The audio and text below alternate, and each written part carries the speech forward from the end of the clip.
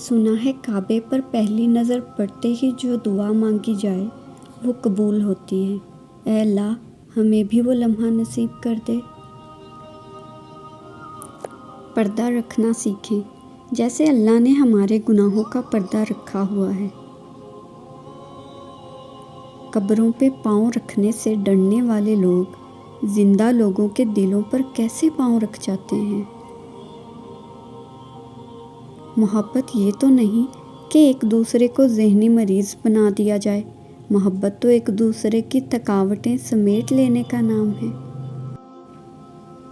من پسند شخص میں خدا نے بڑی شفا رکھی ہے، فقط کچھ دیر بات کرنے سے ساری اداسی اور تھکن دور ہو جاتی ہے۔ جنت کی حوروں سے بھی بڑھ کر ہے وہ عورت جسے ایسا مرد ملا ہے جو ہر وقت اسے پیار کرتا ہے، اسے خوش رکھنے کی کوشش میں لگا رہتا ہے۔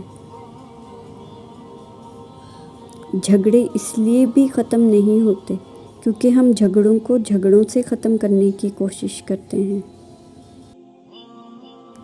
مرد سب کچھ اپنے لیے نہیں کماتا، عورت سب کچھ اپنے لیے نہیں پکاتی، خوشیاں تقسیم کرنا ہی اصل خوشیوں کا سبب ہے۔ جتنا زیادہ سوچو گے اتنی زیادہ اذیت میں رہو گے، یا تو اپنے آپ کو مضبوط کر لو یا مصروف کر لو۔ عورت کا پہلا غرور اس کا حسن اور آخری غرور اس کے بچے ہوتے ہیں۔ وہ اپنے آخری غرور کو مکمل کرنے کے لیے اپنے پہلے غرور کو خاک میں ملا دیتی ہے۔ 3 لوگوں کو کبھی مت بھولنا، جس نے مشکل میں ساتھ دیا ہو، جس نے مشکل میں ساتھ چھوڑا ہو اور جس نے مشکل میں ڈالا ہو۔ بچہ بڑا ہو کر سمجھ جاتا ہے کہ باپ کی لگائی گئی پابندیاں ٹھیک تھیں، اور بندہ مرنے کے بعد سمجھ آئے گا کہ اس کے رب کی لگائی گئی پابندیاں ٹھیک تھیں۔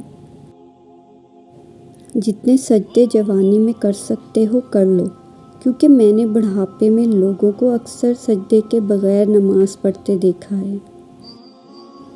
زندگی بھر میں یہی سنتا رہا ہوں کہ داڑھی رکھو سنت ہے، میں نے کبھی کسی کو یہ کہتے نہیں سنا کہ وعدہ کرو تو نبھاؤ سنت ہے، کسی سے بدسلوکی نہ کرو تو سنت ہے، خلق خدا کی خدمت کرو سنت ہے۔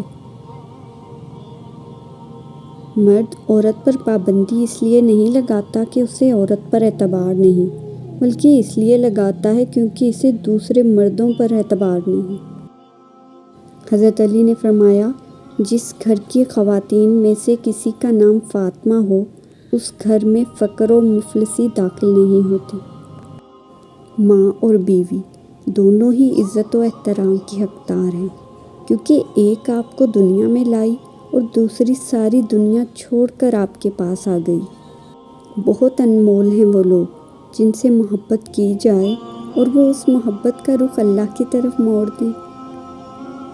باپ کے بعد اچھا شوہر بیوی کے سر کی چھت ہوتا ہے اور اس کا مان ہوتا ہے۔